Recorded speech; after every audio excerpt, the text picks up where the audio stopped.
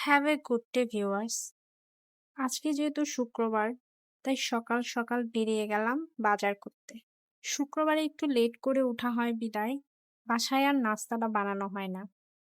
আমাদের যেহেতু পুরো সপ্তাহে অফিস থাকে, তাই শুক্রবারের দিনটাতেই বাজার করার সুযোগ পাই।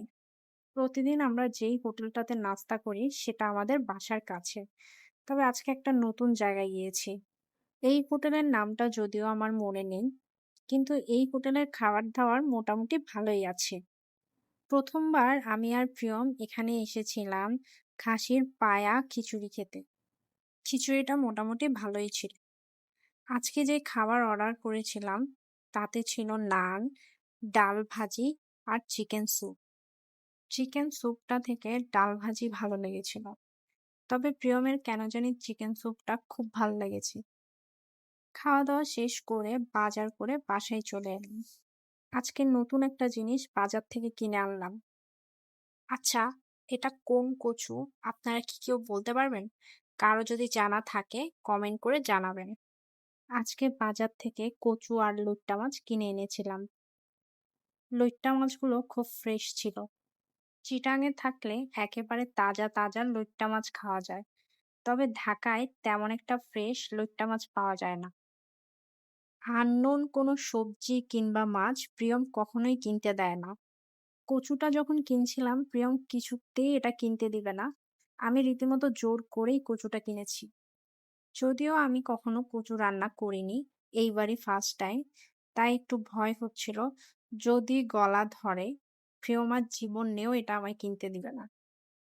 তবে আমার মা ঠাকুমা যেভাবে কচু রান্না করে বা কচুর ঝোল করে সেগুলো খুব মজা লাগে খেতে। কচুতে আমার কখনোই গলা ধরেনি। আমার সবসময় ইউনিক কিছু এক্সপিরিয়েন্স গেদার করতে ভাল লাগে। যেমন ধরুন রেসিপি কিংবা খাবার কিংবা কোথাও ঘুরতে যাওয়া। লতি আর চিংড়ি মাছ খেতে খুবই মজা। তবে আমার অ্যালার্জি থাকার কারণে লতিটা অ্যাভয়েড করি, চিংড়িটা। কচুটা যখন কাটছিলাম তখন ভালোভাবে হাতে লবণ মেখে রেখেছিলাম যাতে হাত না চুলকোয়। কেটে ধুয়ে ভালো করে পানিতে লবণ মিশিয়ে ভিজিয়ে রেখেছিলাম 1 ঘন্টার মতো। তারপর আবার লবণ হলুদ দিয়ে ভালো করে সিদ্ধ করেছিলাম যাতে কোনোভাবেই গলা না ধরে। বেসনে ডুবিয়ে যখন ফ্রাই করেছিলাম তখন সত্যিই খেতে অসাধারণ লেগেছিল আর প্রিয়মের কাছেও ভালো লেগেছিল। বিকেলে আমরা গিয়েছিলাম যমুনাতে।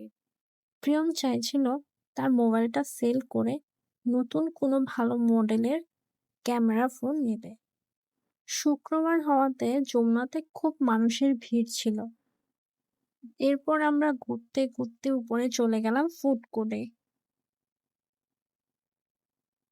যমুনার কেএফসি ব্রাঞ্চে কখনো ঢোকা হয়নি, তাই এদিক সেদিক ঘোরাঘুরি করে আমরা কেএফসিতেই ঢুকে পড়লাম। কেএফসিতে প্রচুর ভিড় ছিল। এখানে যেহেতু সেলস সার্ভিস, তাই অর্ডারের লাইনটাও খুব লম্বা ছিল। অনেকক্ষণ দাঁড়িয়ে থাকার পর আমরা আমাদের অর্ডারটা পেলাম। কেএফসিতে প্রতি মঙ্গলবারে একটা 999 টাকার অফার দেয়, যেখানে 20 পিস ফ্রাইড চিকেন থাকে। ফ্রাইডেতে কোনো অফার না থাকায় আমরা মোটামুটি 900 টাকার একটা কম্বো অফার নিয়ে নিলাম। আজকের দিনটা আমাদের ভালোই কেটেছে। ভগবানের লাখ লাখ শুক্রিয়া আমরা ভালো আছি। Thanks for watching.